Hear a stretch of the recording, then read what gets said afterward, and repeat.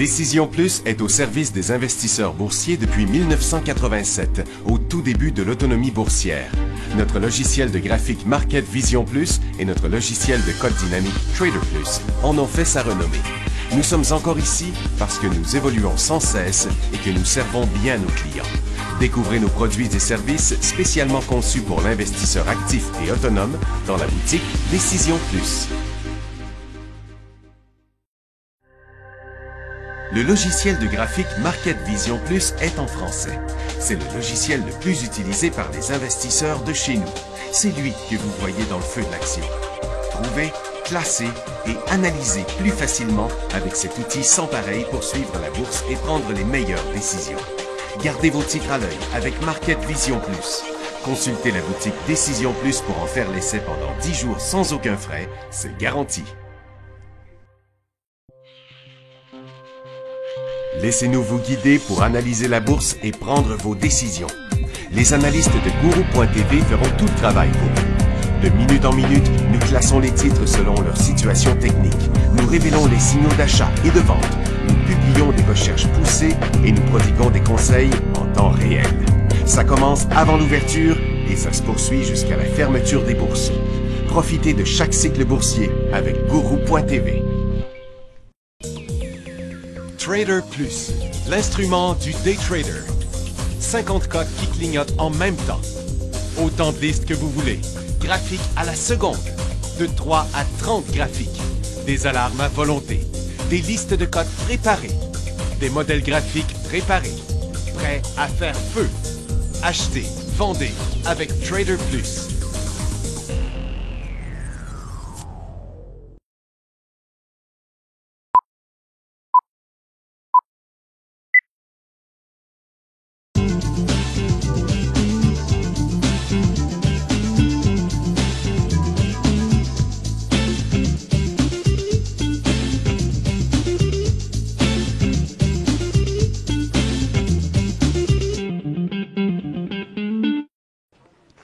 Bonjour tout le monde, bienvenue dans le feu de l'action. On est mercredi le 17 janvier 2018. Aujourd'hui, c'est un petit marché. Sur les marchés, il y a toujours des choses qui bougent, mais il y en a moins pas mal aujourd'hui. On a des mouvements, mais pas des super gros mouvements. Puis c'est des mouvements assez rapides. On est vraiment entre les deux. Là. On a un marché qui se cherche encore. Hier, vous avez vu, le marché américain a monté de 300 points, puis après ça, on a tout reperdu nos points. Et puis, donc, regardez, bon, on a fait une petite hausse dernièrement sur Nasdaq, là, mais ça bouge pas tant que ça aujourd'hui. On est...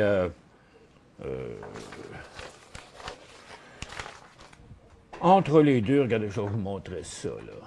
OK. Ici.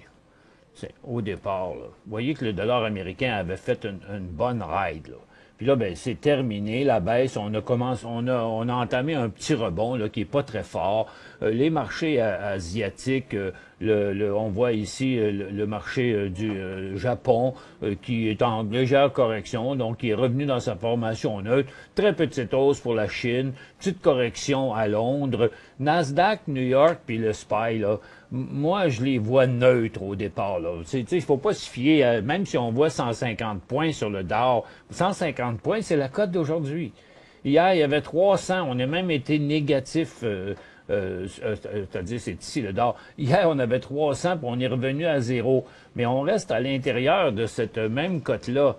Quand on le regarde avec un beaucoup plus long graphique, là, vous voyez ici, là, parce qu'on a fait l'aller-retour, ben maintenant, on est dans une phase neutre. Fait qu'il ne se passe pas vraiment grand-chose là, sur les marchés.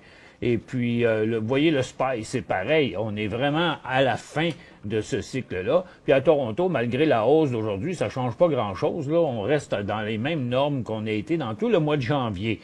Donc, du côté de l'énergie aujourd'hui, on a une petite hausse de rien, mais comme vous voyez, c'est en arrêt aussi, là, du côté du pétrole. Le gaz, lui, est fort, par contre. Mais regardez les titres d'énergie, sont coincés en dessous de la grosse résistance. Il n'y a pas vraiment de changement là-dessus. C'est un secteur qui, à mon avis, qui demeure encore à être évité. Il y a juste sur le gaz là, qui a un peu de mouvement. Certains titres qui étaient déjà forts le demeurent, là, mais encore une fois, même Ener Plus, on a eu un bon cycle aussi. Ici, on avait même une position dans le choix des analystes, mais là, le cycle est terminé. Bientôt, il semble qu'on pourrait même avoir un autre cycle à la hausse, mais c'est pas le cas de la majorité des titres. Comme vous pouvez voir, ça va c'est pas si beau que ça sur le secteur énergie, juste quelques titres particuliers. Du côté de l'or, ben ça n'a toujours pas donné suite encore depuis le décollage qu'on a eu vendredi. C'est ça, hein, vendredi, c'était mardi. C'était quand ici que c'était fermé? Attends un peu, là, on est le 17. C'était quand? Lundi. Et puis, ça progresse pas depuis ce temps-là. Puis c'est la même chose du côté des titres. Bon, ça a été faible un peu, ça a glissé un peu, mais vous voyez qu'à chaque fois, c'est revenu. Donc, on demeure encore dans les conditions propices. C'est pas impossible qu'on connaisse une nouvelle phase haussière sur les orifères, mais c'est pas encore évident. On peut pas conclure aussi rapidement. Vous voyez, le dernier cycle haussier qu'on a ici, c'est ce qu'on avait là. Mais là, depuis 3-4 jours, vous voyez qu'on se déplace complètement de côté. Lorsqu'on va passer la barre des 204, ça va être là le coup d'envoi où on pourra trouver quels sont les titres forts. Il y en a des exceptions. Vous voyez, Semafo continue son cycle haussier. Kirkland reste sur son sommet, mais pas en décollage. On n'a pas encore vraiment de signaux, mais on sent que ça pourrait venir. Il faut juste être encore un petit peu patient. Du côté des mines, on rebondit un peu aujourd'hui, mais vous voyez que Teck continue encore sa correction. Ce matin, on me demandait si c'était un achat. Pas encore. On n'est pas encore capable de confirmer vraiment un creux solide. Arizona Mining a monté sur une nouvelle à matin. C'est tout simplement une mise à jour. Il a annoncé une évaluation économique préliminaire en hausse de 58 % et une mise à jour de son gisement Taylor situé dans le projet Hermosa, détenu à 100 % en Arizona, qu'ils disent. Mais ça reste un cycle haussier, là, mais comme ça arrive souvent, quand ça ouvre fort comme ça en haut, ça crée des prises de profit, puis c'est ça qui s'est passé ce matin. Mais il n'y a pas d'inversement du cycle encore. Puis c'était pas vraiment un signal non plus, c'était une continuité du même mouvement. Mais tous les autres, là, regardez, ça reste de la correction sur le secteur minier. Donc, à mon avis, on peut conserver les titres qu'on avait, mais c'est pas encore en condition d'achat. Il y avait où est-ce que je l'ai? First Quantum est aussi un petit peu en correction. Fait qu'il n'y a pas rien là qui est vraiment excitant. La consommation discrétionnaire, aujourd'hui, on a eu un rebond, mais regardez, c'est une longue formation neutre qui dure depuis le mois de novembre. Il n'y a pas de presse là-dedans. Les télécoms ont commencé à se stabiliser, mais ça faisait déjà plus d'un mois que ça baissait. Les services financiers, ça rebondit un petit peu aujourd'hui, mais ça change pas de formation. La même chose, c'est toutes des hausses. Regardez, c'est une hausse aussi dans le secteur industriel qui est là dans le calcul de l'indice, mais de toute évidence, même les hausses ne signifient rien. Là, une hausse comme ça, dans une formation neutre comme ça, il n'y a rien à faire avec ça. Service aux collectivités, regardez, vous additionnez tous ces mouvements-là, là, puis ça a l'air intéressant, mais dans le fond, ça ne l'est pas. Même du côté du cannabis, là, regarde, il va sûrement rentrer des questions encore là-dessus aujourd'hui, mais on est vraiment entre les deux. Dans la consommation de base, regardez, c'est revenu encore du côté négatif, puis la tendance est encore baissière, la tendance primaire, je dirais. Et puis la technologie, c'est le seul affaire qui continue un cycle haussier aujourd'hui, mais encore là, c'est à l'intérieur de la cote d'hier.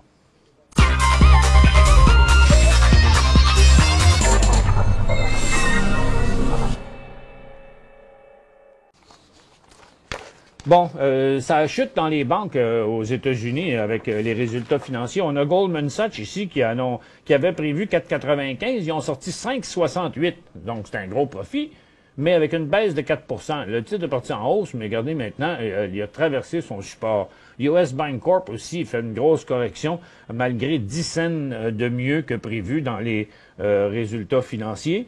Bank of America, 45 à 47, est en baisse aussi. CSX, compagnie ferroviaire, aussi en baisse, 56 à 64, mais 5 de baisse dans les ventes. Et Adtran est en baisse, en train de briser son support. C'est à cause d'une entente avec Boeing.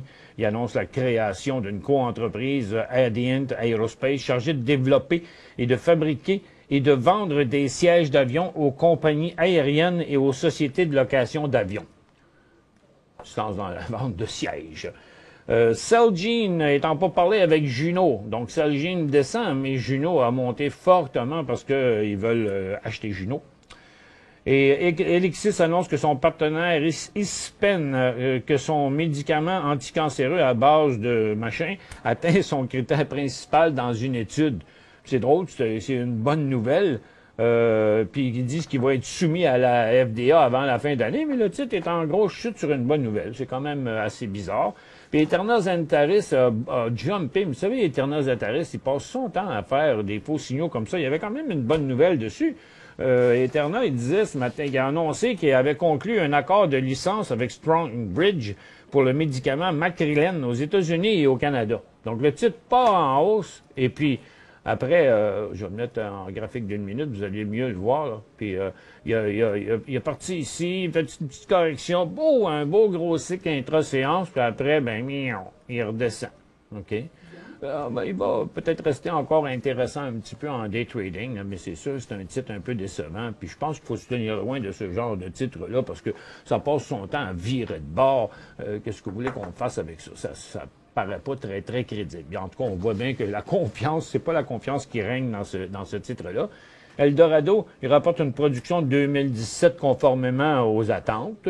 Barrick, il rapporte une production d'or de 5,32 millions d'onces conformément aux prévisions. Donc, tout ça, ça a zéro influence. Puis Arizona Mining, je l'ai donné tantôt la nouvelle. Fait que pas grand-chose dans les nouvelles, pas grand-chose dans les mouvements. Même qu'on regarde, regardons ça, les matériaux qui viennent de chuter assez solides là, pendant que je parlais des nouvelles, c'est un peu tout ensemble. C'est les mines qui ont commencé qui se corrigent et les orifères qui viennent de faire un mouvement brusque à la baisse. Donc, on s'approche, là, ça peut, comme je disais tantôt, on pourrait se mettre à avoir des élans haussiers du côté des orifères, mais c'est pas fait encore. Là, ce qui resterait à surveiller, ce serait les services financiers, parce qu'ils ont rebondi en haut ce matin, et on sait que c'est le haut de leur formation aussi dans leur graphique quotidien. Mais attendons, ça fait plus qu'un mois qu'à chaque fois que ça se passe, ça finit par retomber. On va attendre la vraie fois où ça va vraiment décoller. Puis à part de ça, là, il se passe pas beaucoup de choses là sur le marché. C'est plate parce que j'aime ça quand il y a vraiment beaucoup de choses qui se passent. Préparez vos questions parce que je vais vous ouvrir la barre de questions. Dans la deuxième pause, je vais vous ouvrir le bouton partage de documents hier parce qu'hier j'ai promis à un client que je la rendrais disponible encore une fois. Quelqu'un me demandait la liste des FNB les plus populaires, les fonds transigés en bourse. Là. On l'a déjà dans la plateforme. Tantôt, on va ouvrir le bouton partage de documents et vous allez pouvoir la télécharger. Puis en attendant, pendant la prochaine pause qui s'en vient, je vais vous ouvrir la barre de questions.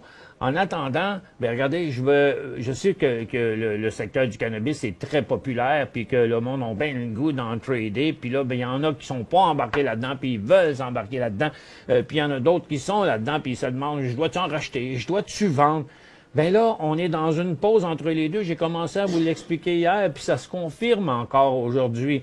Moi, à mon avis, on avait quand même connu une bonne correction du côté du secteur de la marijuana, puis en plus, on avait brisé les supports à certains endroits. Là. Ça fait que, donc pour l'instant, tout ça, là, ça est en train de ressembler à un tête à épaule là, qu'on nomme communément. Là. Ça veut dire une épaule, une tête, une autre épaule. Là. OK? Bon, là, est-ce qu'il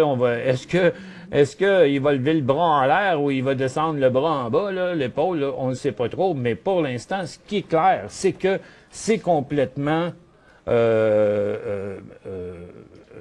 arrêter. Puis c'est pareil pour tous les titres dans le moment, là. Ils ont fait un rebond, mais on est dans une pause là, où la volatilité diminue. Je vous le montre ici sur un graphique de 15 minutes, ça va être d'une grande évidence. Vous voyez, le sommet était là, ici, le creux était là, puis maintenant, on est stabilisé là entre les deux. Là. Fait que tant qu'on sortira pas là ou là, sur chacun des titres, ben on n'aura pas de signal, OK? Fait que, donc, pour l'instant, là, c'est la pause. Si vous avez des positions là-dedans, si ça repart par en bas, ça va être une bonne idée de diminuer. Puis si vous voulez acheter, ben attendez qu'on décolle au-dessus du haut des 2 derniers jours. Puis comme le secteur, tous les titres font à peu près la même chose, ben ce qu'on doit attendre, c'est de voir que le signal s'enclenche sur plusieurs titres en même temps. Pour joindre Michel Carignan et son équipe par courriel, écrivez à michelcarignan@decisionplus.com. 5 bonnes raisons de gérer vos investissements avec Banque Nationale Courtage Direct. Des frais de commission fixes à 9,95 en tout temps pour tous les clients et à partir de seulement 6,95 si vous êtes un investisseur actif. Aucun frais d'administration annuel si vous détenez plus de 20 000 $ dans vos comptes. La possibilité d'ouvrir des comptes enregistrés en devise américaine. Des outils performants afin de faciliter vos prises de décision. Un service à la clientèle primé et un niveau de satisfaction parmi les plus élevés de l'industrie. Pour en savoir plus, visitez le bncd.ca ou appelez-nous dès maintenant.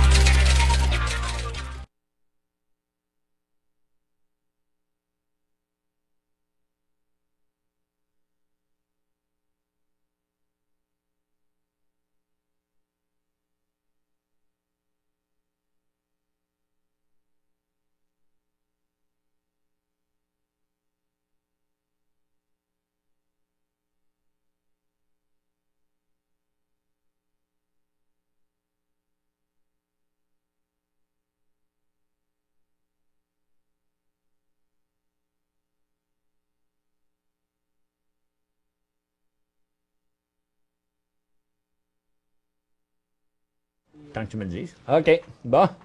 Ça marche, là? OK. Désolé, j'avais pas de son. J'ai changé mes batteries puis j'ai oublié de peser sur le piton. Bon, la première question, c'est de Laurent qui dit fait une figure de marteau en daily suite à la correction d'hier. Est-ce le bon moment d'entrer en swing trading? Ben, regardez, non. Parce que ce que vous avez là, ici, par rapport, vous parlez de la correction d'hier, là, qui est ici. Puis le rebond qu'on a aujourd'hui, tout ça, ça reste à l'intérieur de la même affaire. Est-ce qu'on va bien voir ça dans un... Regardez, dans un graphique. C'est un titre qui ne trade pas, hein. Ça fait qu'il n'y a pas beaucoup de fluctuations à chacune de ces cotes, là. Mais regarde, vous voyez, c'est tout à l'intérieur, là. Regarde, tous ces petits paquets de points-là, c'est tout ça qu'on voit ici. Donc, vous n'avez pas, là, de signal d'achat. OK? Pas plus ici que ici ou que ici. Ça, c'est la fin d'un cycle. Puis en fait, en théorie, ben, il faut comme attendre le prochain, là. OK? Mais il n'y a rien qui dit que c'est mal d'acheter dans une formation neutre. C'est que dans la formation neutre, on ne sait pas encore si c'est parti par là. OK? C'est comme ici. Si vous achetez dans la formation neutre, ben, ça va bien si quand ça part par en haut après. Mais qu'est-ce qu'on fait quoi si ça brise le support puis ça inverse la tendance? OK? Dans son cas, à lui, moi, je dirais que ce serait préférable d'attendre au moins que ça part vers le haut. Bonjour, je voudrais savoir si VPT est un faux décollage. VPT, c'était, hein, vous pouvez le voir maintenant, là, parce que la cote est revenue en baisse, là, donc ça prend... Vous n'avez pas besoin d'un grand analyste pour le voir, parce que maintenant, on voit que c'est dégonflé. Est-ce qu'on aurait pu le voir ce matin que c'était un faux décollage? Bon, ça, c'est la cote ici, là. Regardez, il y a eu un volume, là. Là, je vais juste vous montrer la tendance. La tendance était de même, là, puis depuis un bon nombre de jours, là, il y avait une résistance, là. OK? Donc, premièrement, la résistance n'a jamais été dépassée. Mais le volume que vous voyez ici, là, qu'on a là, si on met ça dans un graphique en 1 minute, là, il y a un petit, il y a un petit quelque chose de suspect, là. Regarde, lorsque le titre, on dirait qu'il a été, en plus, on dirait que pour une raison ou pour une autre, il n'a pas transigé, là, ce matin. Regardez, entre 9h30 et 10h45, il n'y a pas eu aucune transaction, là. C'est vide, ici. Donc, il a probablement été en arrêt de transaction, ce que je présume. Puis là, il a ouvert sur un volume de 250 000 ici. Puis pas longtemps après, il s'est remis à descendre. Donc, c'est clair que c'était un faux signal. Puis il faut toujours aussi se méfier des titres qui font souvent des faux signaux comme lui. OK?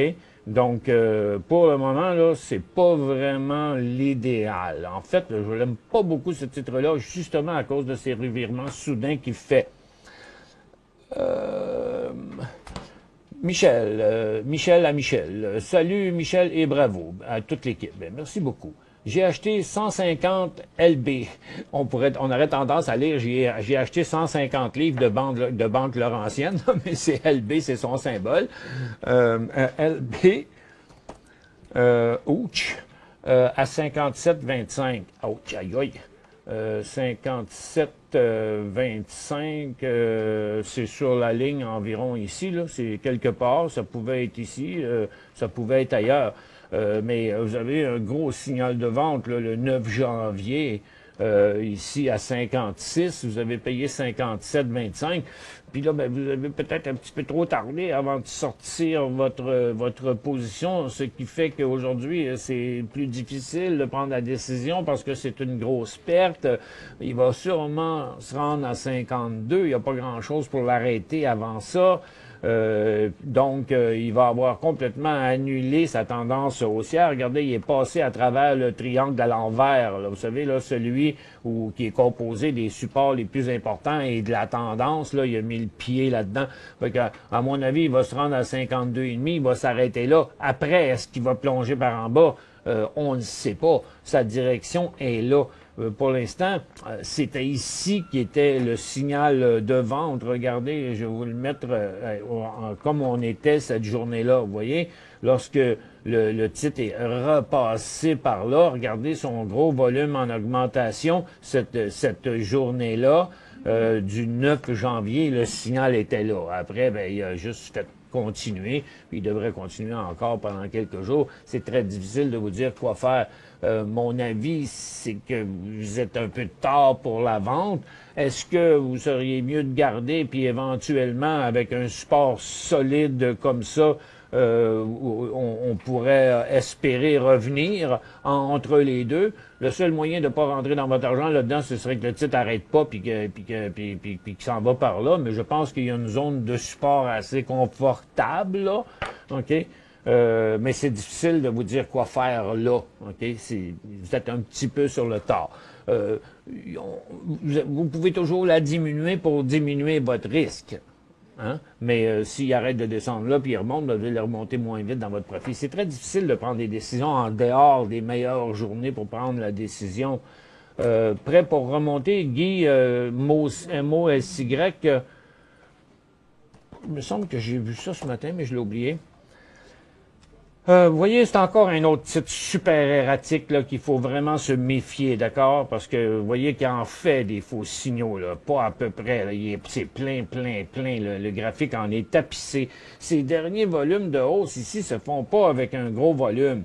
Moi, je vais...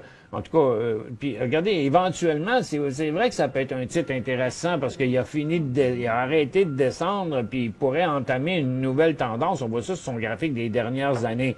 Par contre, ici, là, à très court terme, regardez, ce que je vois, là, c'est que le titre s'est arrêté encore à son sommet d'avant. Ça paraît pas dans sa cote quotidienne, ça paraît plus dans sa cote intra-séance. Vous voyez, il a monté ce matin, il est redescendu, il est retourné, puis il est encore là. Puis s'il décolle en haut de ça à 1,68, 1,70, il va quand même avoir un bout de chemin de fait depuis en bas, là.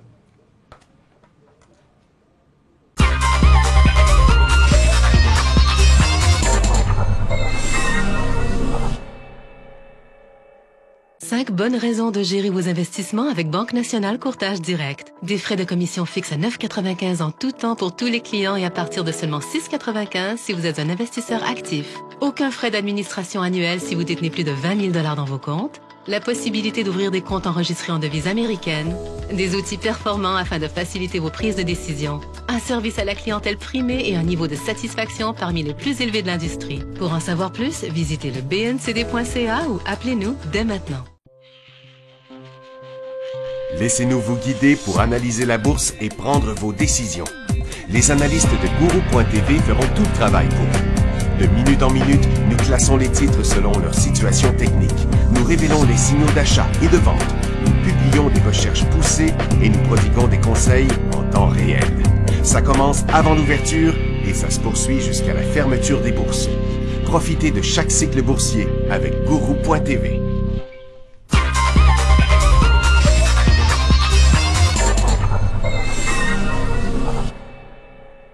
Au retour, GE, attends un peu, je vais y revenir ici, c'est GE. OK. C'est-tu bien GE? C'est-tu lequel? Y en a-tu un à Toronto, un GE? Bougez pas, je vais vérifier ça ici. GE. Non, OK. Bon. Pour sauver du temps, j'ai préparé les compagnies. OK, on parlait de Moïse tantôt. Ben moi, je sais pas. C'est un titre que je trouve un peu bizarre. Laissons-le vraiment y aller. Là. Regardez, le bid est là, le ask est là, le bid est là. À peu près 5 cents de différence entre le bid et ask, puis le titre est à côté ici, là. On dirait bien qu'il va y aller. En tout cas, moi, je peux pas donner plus que 6 sur 10 sur un élan comme ça. Ce titre-là, il est comme trop bizarre. Bébé quand acheter. BlackBerry, ben, c'est pas demain la veille. Pour l'instant, il y a eu un beau cycle à la hausse. Il y a eu 2 tentatives de décollage, mais là, on est en train de tester le support, là. Et regardez, sur un graphique en 15 minutes, on aura des raisons d'être inquiet. OK? Il a failli à passer là, ça n'a pas marché. On est revenu ici, on est rendu sur un support important. S'il brise les 16,80, là, ben, il pourrait revenir en bas, là. Fait que pour l'instant, trouver son point d'entrée sera pas simple. À très, très court terme, 17 à 18 piastres, il y a peut-être une pièce à faire, sans jeu de mots. Il y a peut-être une pièce à faire ici lorsque on le verra se réaligner par là. Pour l'instant, il faut plus être inquiet du fait que est-ce qu'il va traverser son support? Et que toute cette phase-là va se trouver à s'annuler. Parce que s'il part par ici, c'est les acheteurs entrés ici qui vont être en train de sortir, puis on aurait raison de prendre le poudre d'escampette à ce moment-là. J'ai acheté NGZ à 35. Là, il vaut 40. Vous n'avez pas pris de profit, rien, parce que 35 cents, ça fait un bout qui n'a pas été là. La dernière fois qu'il était à 35 cents, par après, il est allé bien plus haut. Il semble que vous n'avez pas pris de profit, même avec du 80%, vous n'en parlez pas. Mais pour l'instant, là, il est à la baisse. Puis le problème, c'est qu'il donnerait son signal de vente à votre prix d'achat. Moi, j'étais vous, au minimum, je mettrais un stop au prix payé. Stornoway, 10 000 à 1 piastre. Pauvre vous. OK. On sait même pas dans le graphique une pièce. Regardez, la pièce est ici, là. C'était en 2016 là, qui a été plus haut que ça.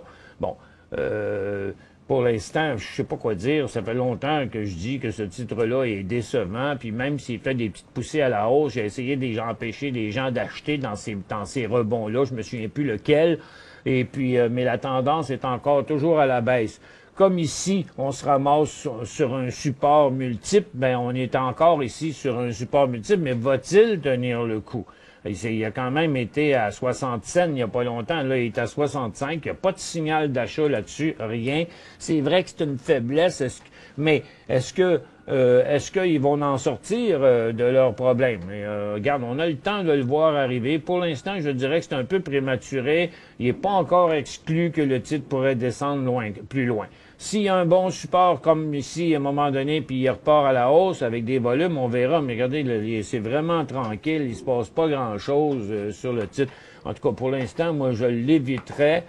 mais vous en avez 10 000 à une pièce, mais vous avez eu de nombreux signaux de vente avant. Vous les avez jamais pris, hein? Des signaux de vente, il y en a eu plusieurs. Fait que là, ben, c'est la patience, c'est la patience votre patience qui est mise à l'épreuve. Mais c'est bien difficile pour moi de vous dire, bon, ben maintenant, sortez à 65 cents. Presque en bas de la tendance. Je me dis, au point où il est là, vous pourrez toujours décider de liquider, mais même s'il descendait jusqu'à 50 cents, je suis pas sûr qu'il va aller à zéro, là.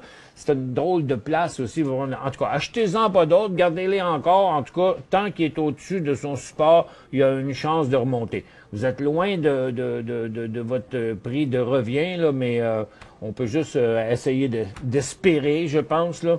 En tout cas, c'est pas un achat, mais à cause qu'il rebondit sur son support, tant qu'à faire, vous pourrez le conserver puis penser à le vendre en dessous de 60 cents, peut-être. Point de sortie de FM à Toronto. Point de sortie, j'aurais aimé que vous me parliez de votre point d'entrée, là. Serge, vous savez, votre question est trop simpliste. Ça dépend, là. Ça dépend si vous l'avez acheté il y a 3 jours, il y a une semaine, ou en bas, ou ici, là. Tu sais, moi, je vous dirais pas de sortir dans le prochain 10 cents si vous l'avez acheté en bas. Fait que je manque d'informations pour répondre honnêtement à votre question. La seule chose, c'est que la tendance serait inversée lorsqu'il traverserait regardez, le dernier cycle haussier, là, il s'inverse en bas de 19,20. OK? Donc, s'il traverse à 19,10, il va probablement se rendre à 18,60. OK? C'est tout ce qu'on peut dire. Il va venir à son support qu'il y a ici. Mais il n'est pas en tendance baissière. Ça dépend juste quand vous l'avez acheté. WSP Global, c'était une longue résistance. Il a déjà fait ça avant, OK? Il a passé au travail, il a fait une bonne ride. Habituellement, lorsqu'on passe un point de plusieurs mois comme ça où les acheteurs refusaient d'acheter, puis que là, les acheteurs se remettent à acheter, ça veut dire que c'est positif. Vous dites qu'il semble avoir percé sa résistance, mais les volumes demeurent faibles. Ne devrais-je pas en tenir compte et en acheter? Oui, il n'y a rien qui dit que vous ne pouvez pas en acheter un peu. J'irai avec une demi-position. Hey, on a oublié de mettre le partage de documents, n'est-ce pas? Il est là? Ah, OK. Bon, les gens le monsieur qui voulait l'avoir, il doit l'avoir vu, de toute façon. OK, c'est tout le temps que j'avais pour l'émission d'aujourd'hui. Je vous souhaite une très belle journée. C'est mercredi aujourd'hui. Si vous êtes arrivé en retard, il y a toujours l'émission en anglais à 12h30.